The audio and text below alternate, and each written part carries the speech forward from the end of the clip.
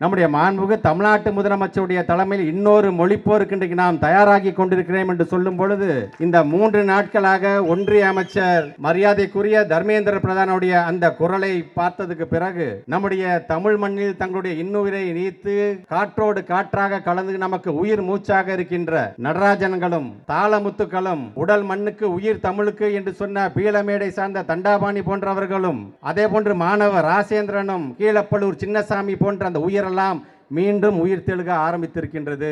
அவர்கள் உங்களுடைய உருவில் இங்கே நின்று கொண்டிருக்கின்றது.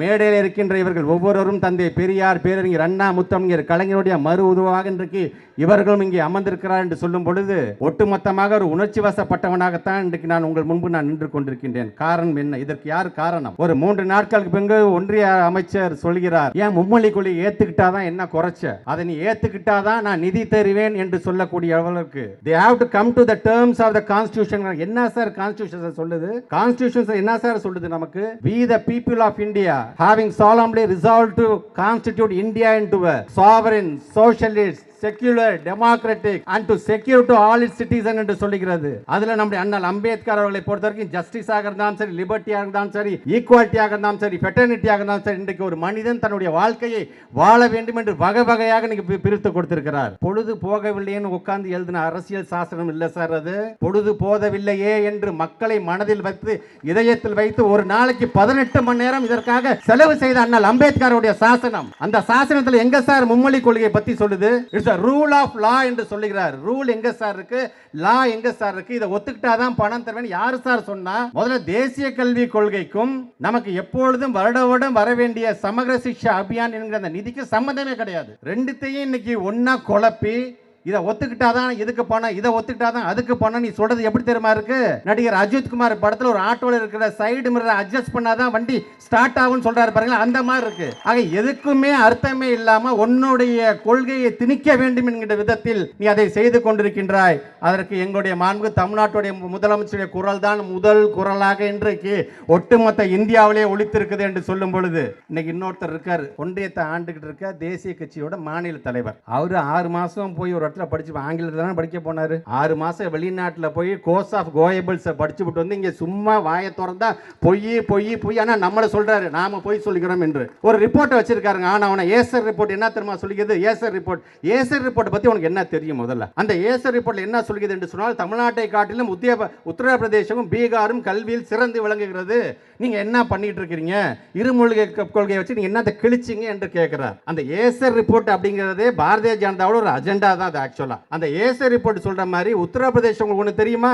கிட்டத்தட்ட ஒரு வருஷத்துல 25,000 பள்ளிகளை, அரசு பள்ளிகளை மூடிட்டு 15,000 தனியார் பள்ளிகளை கொண்டு வந்தது காரணம் எது தெரியுமா? அந்த ஏசர் ரிப்போர்ட் தான். ஆக அந்த ஏசர் ரிப்போர்ட்டை சொல்லி சொல்லி இருக்கிற தமிழ்நாட்டில் இருக்கின்ற எல்லா அரசு பள்ளியை மூடிட்டு இங்க தனியார் பள்ளியை வளர்த்துட்டு தாங்க நினைக்கக்கூடிய மொழிகளை உள்ள கொண்டு வரணும்னு ஆசைப்படுறான் பாத்தீங்களா?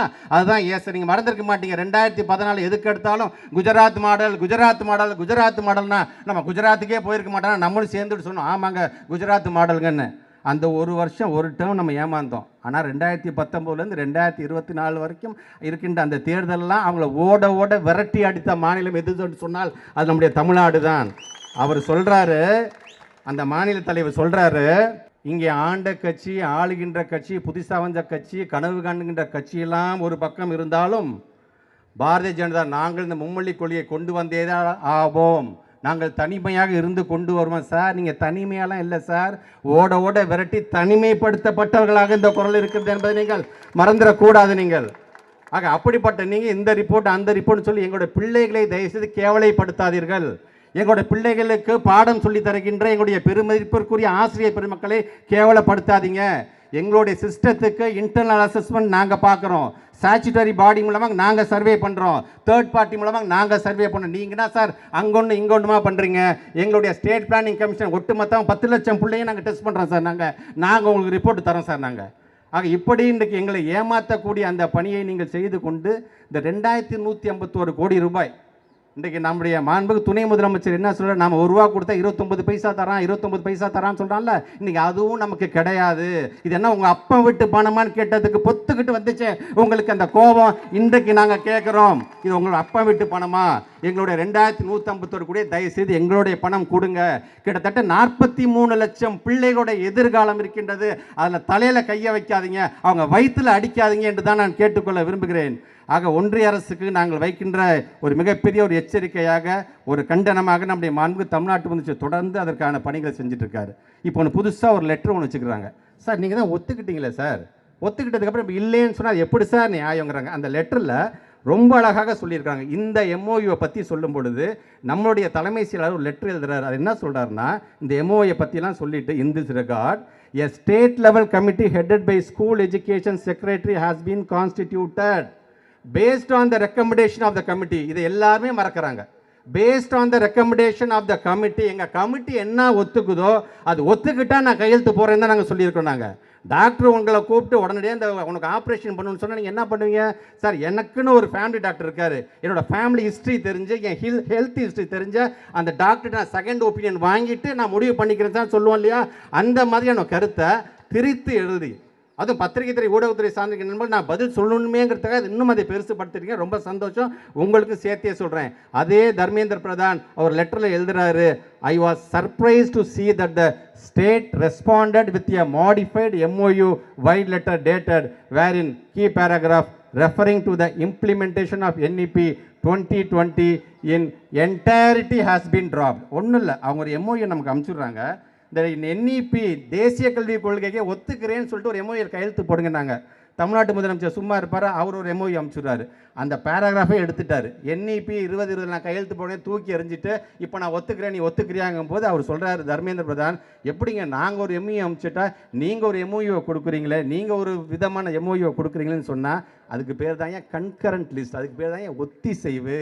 ஒத்திசைவுனா நான் நீ உட்காந்து பேசி உனக்கு இது சரி வருமா இது சரி வராதான்னு பேசிய பிறகு முடிவெடுக்க வேண்டியது பேர் தான் கன்கரண்ட் லிஸ்ட்டு. ஆனால் உனக்கு கன்கரண்ட் லிஸ்ட்னால என்னன்னு தெரியல, ஒத்திசைவுனா என்னன்னு தெரியல, எல்லாத்தையும் மூடி மறைக்கிற சீக்ரெட் லிஸ்ட்டாக நீ வச்சுக்கிட்டு இருக்கிற. அதனால தான் நீ எங்களை ஏமாற்ற பார்க்குற. நீ இந்தியாவில் எங்கே வேணால் யாரை வேணால் ஏமாற்றலாம், இங்கே எங்களுடைய முத்துவேல் கருணாநிதி ஸ்டாலினை ஏமாத்துறதுக்கு ஒருத்தன் பிறந்து தான் வரணும் என்பது சொல்கிற மாதிரியான MOU அன்னைக்கு நம்முடைய தமிழ்நாட்டுடைய முதலமைச்சர் அனுப்பி வைத்திருக்கிறார். அதில் தர்மேந்திர பிரதான் அவர்களே, நான் உங்களுடைய மிக பணியோடு நான் கேட்குறேன். நான் 2 முறை உங்களை தேடி வந்து நான் பார்த்தேன், உங்களோட வீட்டிலையும் வந்து பார்த்தேன், நாடாளுமன்றத்தில் எல்லா எம்பிஸையும் அழைச்சிட்டு உங்கள்கிட்ட நாங்கள் ரெக்வஸ்ட்டே பண்ணணும். அப்போ நீங்கள் என்ன சொன்னீங்க, ஏங்க மும்மொழி கொள்கை எடுத்துக்கிட்டால் தான் என்னங்க, ஏங்க இவ்வளோ பிடிவாதம் பிடிக்கிறீங்க என்று சொன்னீர்கள். எங்களுடைய ஸ்டேட் சென்டிமெண்ட்ஸை பற்றி எங்களுக்கு தெரியுங்க. ஒட்டுமொத்த உலகத்திலே ஒரு மொழிக்காக தங்களுடைய உயிரை நீத்த ஒரே மாநிலம் எது என்று சொன்னால் அது தமிழ்நாடு தாங்க நாங்கள் எடுத்து சொல்கிறோம். ஆனால் நீங்கள் உங்களுடைய எஜமானர் என்ன சொல்கிறாங்களோ அதை தான் நீங்கள் கேட்டுருக்கீங்க. Let me be very crystal clear, we reject NEP 2020, we reject PM Sri School, we reject Hindi imposition என்பதை நான் தைரியமாக சொல்கிறேன். இங்கே வருகை தந்திருக்கின்ற பத்திரிகை துறை ஊடகத்தை சார்ந்திருக்கிற நண்பர்களே, Tamil Nadu will never bow to the central government hegemony. And again I am telling, our education, our identity, and what are the things, our language, what are things like we are here following, we definitely will stand tall, and this defiation and uncompromisingly we will stand for the Dravidian land. திருப்பி சொல்கிறேன், நான் நம்மளுடைய துணை முதலமைச்சர் அடுத்தது நிறைவாக உரையாற்ற இருக்கின்றார். அவர் பேசினார்னா உங்களுக்கே தெரியும், நீட்டு நின்று வரும்பொழுது அவர் எழுப்பின் காரணமாக இன்றைக்கு ஒன்றிய அரசு பல நேரத்தில் நம்மக்கிட்ட பதில் சொல்லக்கூடதுக்கு தயங்கிட்டு அந்த பக்கம் திரும்பிக்கிட்டு போகக்கூடிய ஒரு சூழ்நிலை இருந்தது. இன்றைக்கு அதையும் முறியடிக்கின்ற அளவிற்கு நமக்காக நிறைவுரையாற்றுறதுக்கு அவரும் வருகிறார். நாம் அனைவரும் ஒன்று சேர்ந்து இந்த 2151 கோடி ரூபாய் நமக்கு கிடைக்கின்ற வரைக்கும் நீங்களும் எடுத்து சொல்லுங்கள். இது யாருக்காவது நமக்காகவோ நம்முடைய திமுகவோ கேட்கக்கூடிய பணம் அல்ல.